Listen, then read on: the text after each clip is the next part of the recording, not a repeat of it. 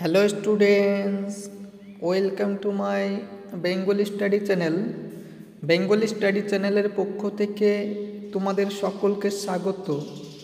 প্রিয় 2025 সালের একাদশ শ্রেণীর সেকেন্ড সেমিস্টার শিক্ষার্থী বন্ধুরা, আজকের অনলাইন ক্লাসে আমি তোমাদের জন্য বাংলা যে কবিতা রয়েছে নুন কবিতা, সেই নুন কবিতা থেকে মাত্র দুটি গুরুত্বপূর্ণ 5 মার্কের প্রশ্ন শেয়ার করব। এই দুটি 5 মার্কের প্রশ্ন তোমরা যদি এখন থেকে ভালো করে স্টাডি নিয়ে পড়াশোনা শুরু করো, আমি আশা করি তোমরা এই দুটি প্রশ্নের মধ্যে একটি প্রশ্ন তোমরা সেকেন্ড সেমিস্টার এক্সামে অবশ্যই তোমরা পেয়ে যাবে। তাই এই প্রশ্নটি সবার আগে তোমরা এই দুটি প্রশ্ন দেখে নাও, কারণ এই দুটি প্রশ্ন ভালো করে মুখস্থ করলেই তোমরা এখান থেকে একটি প্রশ্ন 5 মার্কের প্রশ্ন কমন পাবে। আমি 100% চ্যালেঞ্জ সহকারে তোমাদের বলতে চাই, তোমরা যদি নুন কবিতা থেকে এই দুটি প্রশ্ন পড়ো তাহলে তোমরা এখান থেকে একটি প্রশ্ন 5 মার্কের কমন পেয়ে যাবে।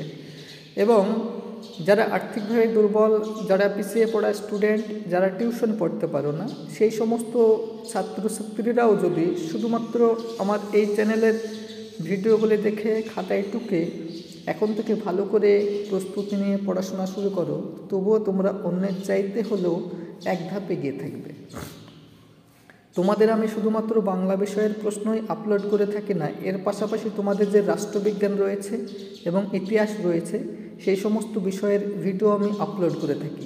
তো তোমাদের পশ্চিমবঙ্গের যে স্কুল থেকে তোমরা পরীক্ষা দাও না কেন, তোমাদের নুন কবিতা থেকে আমি যে প্রশ্নগুলি 5 মার্কে শেয়ার করব, এই প্রশ্নগুলি যদি তোমরা এখন থেকেই ভালো করে পড়াশোনা শুরু করো, তো তোমরা নুন কবিতা থেকে তোমাদের একটিও 5 মার্কের প্রশ্ন এর বাইরে থেকে কোনো প্রশ্ন পরীক্ষা আসবে না। এই প্রশ্নগুলি পড়লেই তোমরা প্রত্যেকটি প্রশ্নই তোমরা নুন কবিতা থেকে কমন পেয়ে যাবে।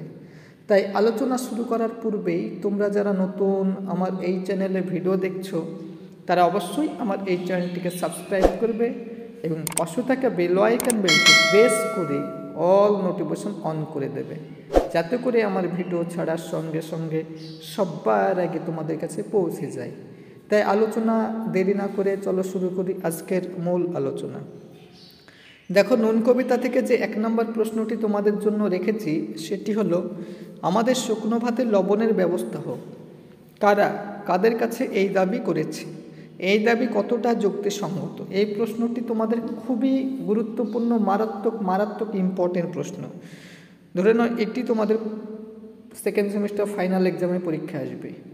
চলো উত্তরটি আমরা দেখে নিই। কবি জয় গোস্বামীর নুন কবিতায় সমাজের নিম্নবর্তী শ্রেণীর মানুষজন, যারা দিন আনে দিন খায়, তারাই কথা বলেছে। তারা সমাজের উচ্চ শ্রেণীর মানুষজনের কাছে তথা শাসক শ্রেণীর কাছে এই দাবি করেছে। জন্মসূত্রে আমরা সকলেই সমান, কিন্তু মানুষ যত বড় হয় ততই বৈষম্যগুলি প্রকট হতে থাকে। সবকটি বৈষম্যের মধ্যে প্রধানতম হলো আর্থিক বৈষম্য, কারণ অর্থই হলো সভ্যতার চালিকা শক্তি। আর্থিক বৈষম্যই মানুষকে ধনী অথবা নির্ধন হিসাবে চিহ্নিত করে। অতিরিক্ত আহারে কারো শরীরে মেদ জমে, কেউ বা অনাহারে দিন কাটায়। আলোচ্য কবিতায় এই সকল নির্ধন, অর্ধভুক্ত কিংবা অভুক্ত মানুষের চাহিদার কথাই উঠে এসেছে। সমাজ তথা রাষ্ট্রের কাণ্ডারি শাসক শ্রেণীর কাছে তারা বেঁচে থাকার ন্যূনতম রসদটুকু দাবি করেছে। তাদের এই দাবি সম্পূর্ণ সঙ্গত, কারণ জীবনধারণের অধিকার মানুষের প্রাথমিক অধিকার। আর জীবনধারণের জন্য 3টি মৌলিক চাহিদা হলো অন্ন, বস্ত্র এবং বাসস্থান। আধুনিক বিশ্বে প্রতিটি রাষ্ট্রই জনকল্যাণকামী রাষ্ট্র এবং সেখানে প্রতিটি নাগরিকের অন্ন সংস্থানের ভার প্রত্যক্ষ বা পরোক্ষভাবে রাষ্ট্রের ওপরই বর্তায়। তাই শুকনো ভাতে লবণের ব্যবস্থা করতে বলে বক্তা কোনো অন্যায় আবদার করেননি। পরের 2 নম্বর প্রশ্নটি আলোচনা করার পূর্বেই তোমরা যারা নতুন আমার এই চ্যানেলে ভিডিও দেখছো, তারা অবশ্যই আমার এই চ্যানেলটিকে সাবস্ক্রাইব করবে, লাইক করবে, কমেন্ট করবে এবং চ্যানেলটি শেয়ার করবে। কারণ আমার এই চ্যানেলটি যেহেতু নতুন, সেহেতু আমার এই চ্যানেলটি যাতে ভবিষ্যতে আরও অনেক দূর প্রসারিত হয়, অগ্রসর হয় এবং চ্যানেলটির গ্রোথ হয়, এবং চ্যানেলটি যাতে কন্টিনিউ তোমাদের সাপোর্ট এবং সহযোগিতা করতে পারে, সেই জন্য তোমাদের সাপোর্ট এবং সহযোগিতা আমি একান্তভাবেই কামনা করি। তাই আলোচনা দীর্ঘায়িত না করে চলো শুরু করি আজকের মূল আলোচনা।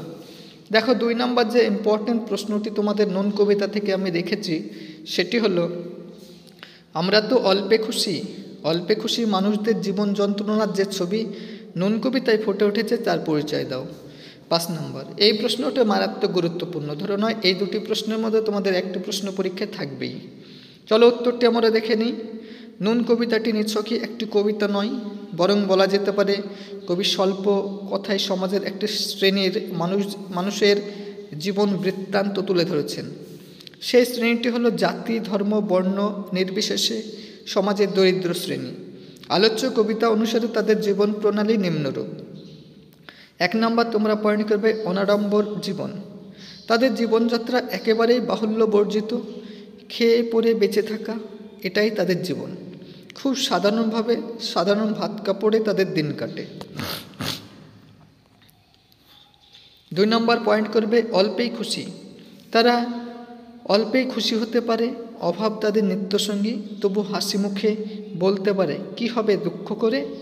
3 নম্বর পয়েন্ট করবে সঞ্চয়হীন। তারা মাথার ঘাম পায়ে ফেলে জীবিকা নির্বাহ করে। যেটুকু উপার্জন করে তা দিয়ে উদরপূর্তি হয়, কিন্তু সঞ্চয় করা সম্ভব হয় না। সেই জন্য অসুখ করলে অনাহারে দিন কাটে এবং চিকিৎসার জন্য ধার দেনা করতে হয়। এবারে 4 নম্বর পয়েন্ট করবে বেহিসেবি জীবন।